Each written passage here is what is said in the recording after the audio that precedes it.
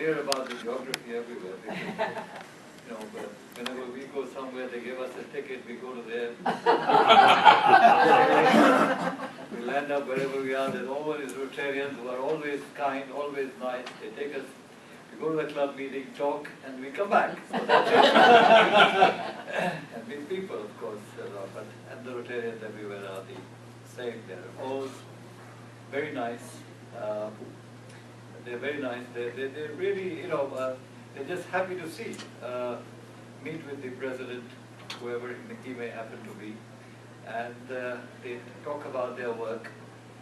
And I, for one, come back always inspired and motivated, and of course much better informed whenever I've met them. So we're glad that you are here this morning. It's one of those nicer days in Evanston. We have had a good few days, really. And I think we are all getting ready in this building. You have, for example, the incoming board over here today. They are getting briefed, and they're having their orientation program, as they always do. There are 8 people from different countries with their spouses. The president. It's one of those rare occasions when you have the president-elect, and the president nominee all in the building. That doesn't happen very often, I can tell you that. I mean, there are times when I am sometimes amazed when you know, I'm the only one around the place, or the president-elect is the only one around the place. So it's not always as full as it might seem to you today. Rotary, you know, has been.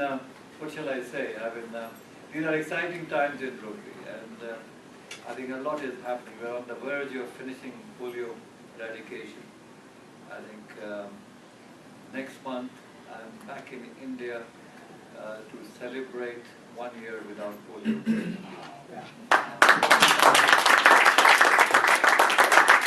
How many of you have been to NID in India? 1. And that's it? You are an unusual group, I can tell you that. It doesn't happen too often, because in many cases everyone's been there, and if you don't go there, if you want to see an NID in India, that is, if you don't go there in the next couple of years. And he's another Calcutta wallet too. I'm sorry? Another Calcutta wallet. Yeah, you are from Calcutta? Oh, you had some connection. Is that where you went? Yeah. Okay, good. Happy to meet a Calcutta person again. Except that I have moved away to Gujarat for the last 40 years, you know, that's of course. But yes, you're right, we were born in Calcutta. We did have an occasion to work with Mother Teresa. She and I met in a hospital in Calcutta, but that's another story, so we will not go into that right now.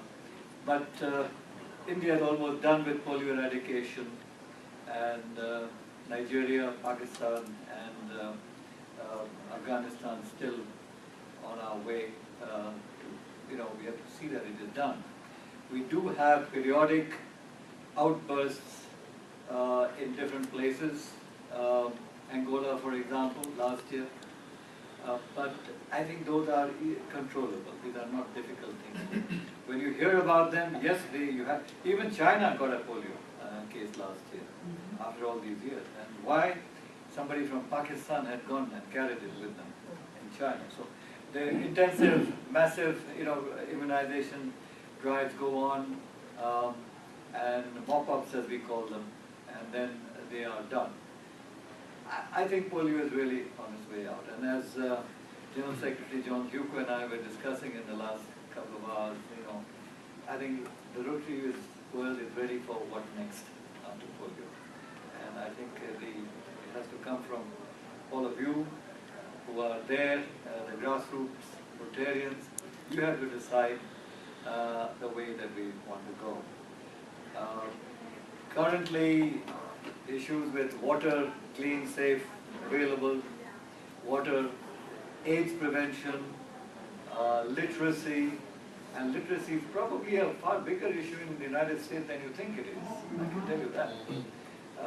But these are all huge issues. It could be hunger, it could be housing, again, because as I've always said, a home is where the family begins. The family is the beginning of whatever we are and do in Rotary. and a home is where it begins. You will be glad, I hope to know that the Rotary Foundation has again approved a decision to go on funding low-cost shelters once again. So that program is now back for the next couple of 3 years at least. If we do well, it will continue. So these are the things that's taking place as far as the program and activities are concerned. At another level, the branding of Rotary is something that we are looking at very. I think too often, somebody once said that thanks to Polio Plus, the world has discovered Rotary, and Rotarians have discovered themselves. And I think it's really true. That there's a lot of truth in what was said over there. And I think the time has come to, it's true that we belong to small communities in different places, and that's fine. That's what our strength is. That's why Bill Gates has come to us. He has not come to us because of our money, but he has come to us because of our reach and the depth of what we can do over there. That's why he's come to us. He's wise man that he is, that he's taken a very sound decision. And so, where do we go from, with the depth that we have? We need to build our public image. The world needs to know more about Rotary. Because why? Because the more they know, the more we join hands with others, and I believe the better we can do. I think John Yuko was telling me that John Yuko is our new General Secretary, you know that. He was in Washington earlier this week and was there with Grant Thornton, one of the big, accounting firms. And the reason he went there was that they know many organizations who would have funds which they don't know how to use. And so how can we find that connection? Here we are with our expertise, ability to use funds for good projects, and we are looking for funds always for our foundation activities. And when Grant Thornton heard about Rotary, he said, it's amazing, we don't even know what Rotary is and what Rotary does. How do I join? How does my son join? How do our daughter join the Rotaract, and so on? And it's sad that even today, in the United States, well, this is where Rotary started, that's why I say United States, you're still 30% of Rotary is here in this country. But that is the situation, that's reality, and I think we need to do something about it. And that's why we're talking about public image. I think there's something that we haven't done, that we needed to have done. And so public image, social network, how do we connect? And today, people, earlier on, when we did a matching grant project, we would find out somebody to partner us. We'd have to, a complicated process of getting to know somebody who would be able to join us. Today, with the internet available, you can easily find out any number of connections. Whether they'll join is a different thing, but the connectivity is there. How do we take advantage of it? How do we move to today's, the 21st century? And so those are the things that are engaging the organization at the present time. Now, I don't think 1 o'clock at lunchtime is a good time for a president to start talking, because I can go on. If you have anything that you'd like to share with me, I'd be more than happy to try and do whatever you wish me to do. Yes. Question.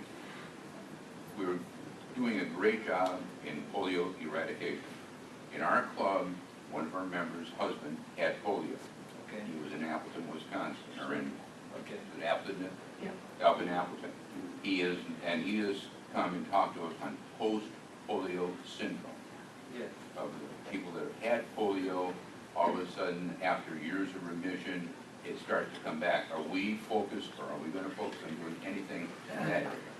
Personally, as an organization, actually no, but we do encourage districts and districts, I guess, and any initiatives to take up these things as well. I mean, for example, there are many in India. We've had to work with polio corrective surgeries for extensive periods for people first to accept us. Otherwise, they would not even come near us.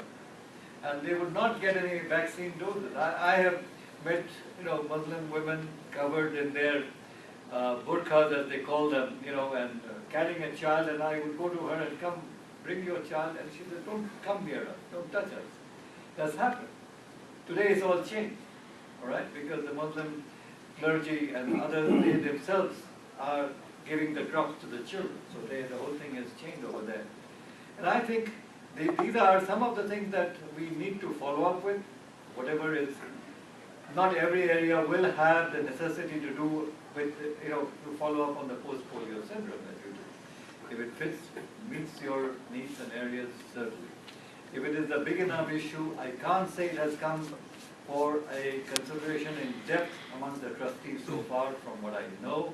But if it did, I'm sure the trustees of the foundation will be happy to look at it. Thank you. Yes, sir.